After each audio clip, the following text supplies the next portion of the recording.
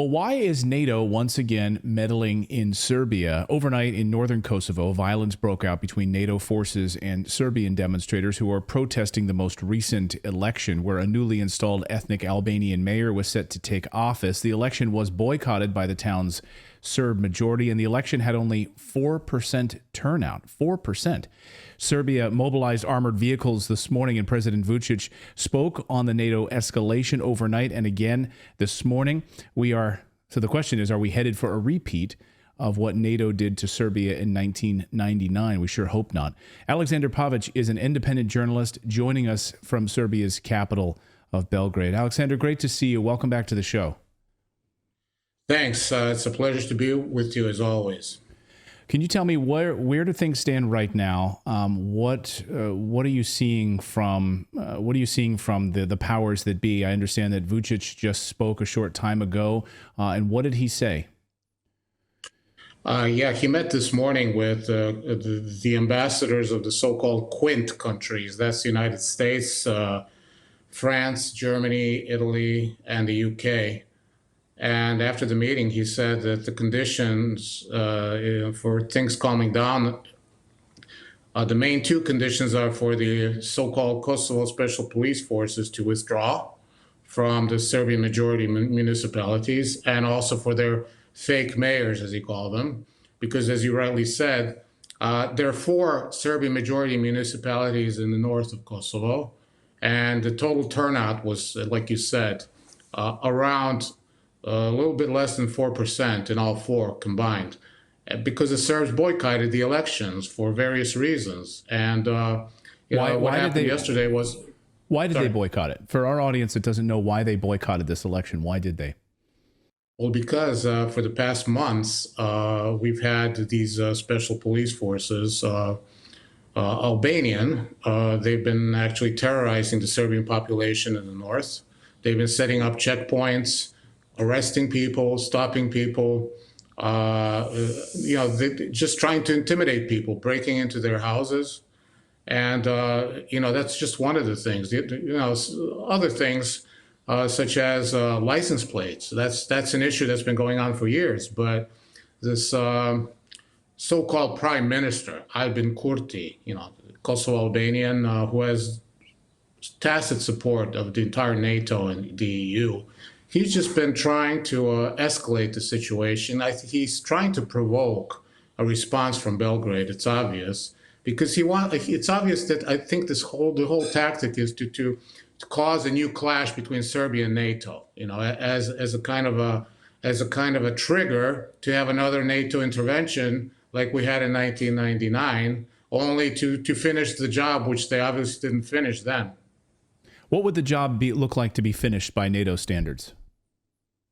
Well, we can see what they did in Croatia in '95.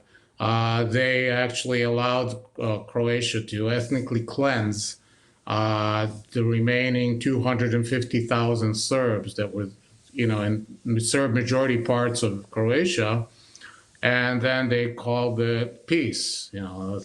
So that's what the goal is, because the thing is, the Serbs, both in Serbia and the Serbs in Bosnia, they refused to join NATO for various reasons. As a result, we're all seen by NATO as some kind of a factor that should be neutralized or eliminated if possible.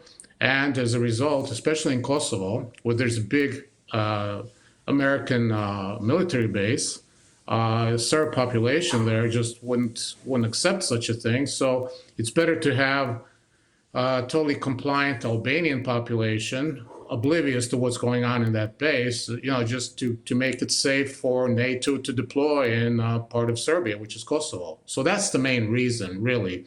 NATO wants to totally close the space, control the space in Europe, so that they totally concentrate on Russia. And the Serbs are, again, behind the front, and they just they haven't succeeded in pacifying us yet. So this is what they're trying to do.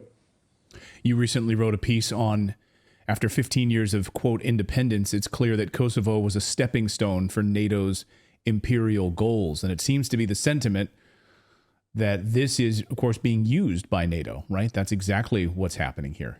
Absolutely. The other thing is the Serbian government has refused, one of the few governments in Europe that have refused to impose sanctions on Russia. That's the other thing that's bothering them. But, I go back to, I think we should all know the root causes. And there's a very interesting document. I've sent it to you a couple of months back. I think people should know why this U.S. involvement. It has really nothing to do with restoring anyone's human rights or protecting them. I refer to this little-known document from 2000. This was this security conference in Bratislava. We wouldn't have a record of it, but the German chancellor at the time, Gerhard Schroeder, he sent an envoy who was there, and he wrote a report on it. A high-level German politician. He was their deputy defense minister for a while. His name is Willy Wimmer, and he published a brief report on what he wrote to his chancellor at the time, and this was what he heard that American officials said, why they bombed Serbia in 1999. And this is very important. He said that Kosovo was occupied by NATO and by American forces to rectify Eisenhower's mistake from 1945, when he didn't succeed in deploying U.S. troops on that territory. This was a way of rectifying it. And the other thing is the goal. This is May 2000. The goal stated by high Pentagon and State Department officials at the time was that the goal is to expand to the maximum limits of the old Roman Empire to the east, meaning that all states between the Baltic Sea and the Black Sea are to be integrated into NATO. Well, guess what? That's what happened we had several waves of NATO expansion afterwards. So even in 2000, call the Russians paranoid. Even in 2000, they had imperial plans of restoring the Roman Empire and expanding to the east. Fascinating. Yeah. And it makes perfect sense, of course. Yeah. This is why NATO is there. What about Russia? The big question this morning is, where does Russia come in on this? Okay, Russia, this morning we had a statement from a Russian diplomat in Vienna, Mikhail Ulyanov. He's an ambassador with international organizations in Vienna. He reminded everyone that according to Security Council Resolution 1244, which is the basis for NATO being deployed in Kosovo as peacekeepers. Right. This was back in 1999. That's how the peace was achieved. He said Serbia has a right to return up to 1,000 military and security personnel to Kosovo. And NATO has been refusing to grant this right to Serbia. And that's international law. So this morning, Russia just reminded everyone of that fact. And it's true. So meaning if you had to defend the Serbs in the north from this terror that they're being subjected to, they would have a legal right to send in up to 1,000 of military or police forces. But NATO, of course, does not recognize what they signed themselves in 1999. So I think Russia is going to try to support Serbia, whatever it thinks it deems necessary. And the president of Serbia last night said very clearly, he said that if Kosovo Special Police Forces, if they fire upon Serb civilians again, that the Serbian military, which is deployed at the administrative border, is going to act differently. He didn't say what he meant by that, but I mean, we can guess what he means by that. Here we go again. Where do you think things go from here, Alexsandar? I'll get you out of here on that question. Where do you, when you talk to citizens at the cafes and the coffee shops, what does the citizenry think? Well, the thing is, the Western powers, because of this is the United States actually. They've just their goal is to make Serbia recognize the independence of Kosovo, and they're not gonna give up on that. The thing is, the actions of the United States and the EU countries, what they're doing is that they're actually encouraging this sort of behavior from the Kosovo Albanian leadership, and so we don't expect peace to come because they're just obviously the so-called Prime Minister of Kosovo, Albin Kurti, he's acting like he has a green light from NATO to do whatever he wants. So even if they stop him temporarily, they're not going to give up on their goal of integrating Serbia into NATO one way or another, pacifying us, installing some sort of cooperative government that will institute sanctions against Russia. So we're in for some kind of struggle. We accept it. But so far we have, let's say we have diplomatic support from Russia and China. And we'll see if things heat up. I think if a government in Belgrade asked openly Moscow for help, Moscow would not refuse to help them. And I have to think, I mean, this is the cynic in me, Alexander, but I've been around too long in this business, and I see how these things unfold. As the United States and NATO is about to launch something in Ukraine, suddenly things start popping up in other parts of the world. It's very interesting how suddenly things start happening in Kosovo when we keep hearing about a massive spring offensive about to unfold in Ukraine. So, am I cynical? Like... Worse, you're like a conspiracy theorist. And, I know. But actually, a conspiracy theorist is someone who sees things before everyone else sees them. I mean, I sympathize because I've been called one many times myself. But no, I think you're totally realistic.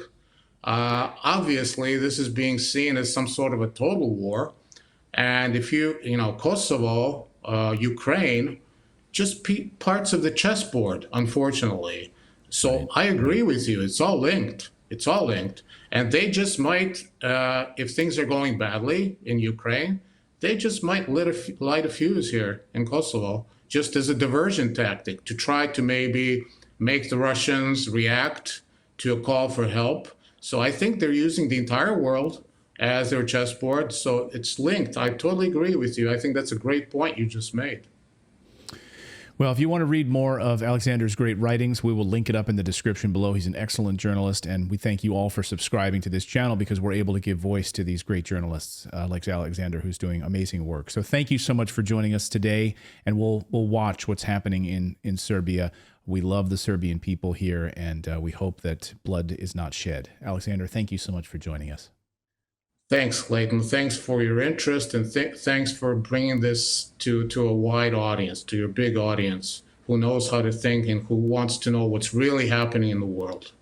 Well, thank you for contextualizing it and really making it easy for our audience to really digest this. Thank you so much again. Thanks.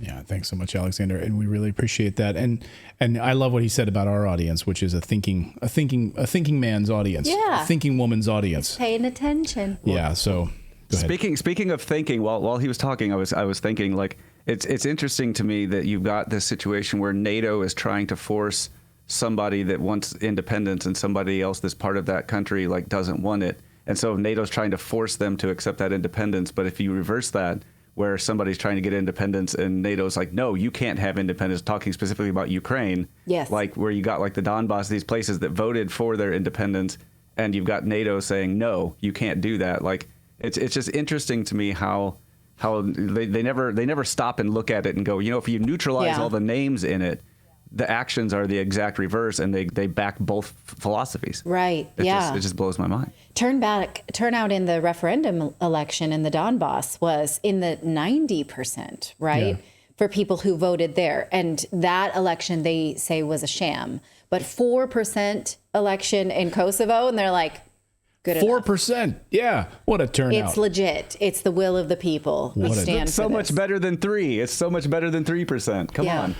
What a sham. Thank you so much for watching this segment here at Redacted. We are live every day at 4 p.m. Eastern Time, trying to share the stories that the mainstream media will not cover. You should also come over and join our community of Redacted Rebels over at redacted.inc. That's our private locals community where we can share exclusive content that we simply cannot share here on YouTube. Come over and join the rebellion together right now by going to redacted.inc. We'll see you next time.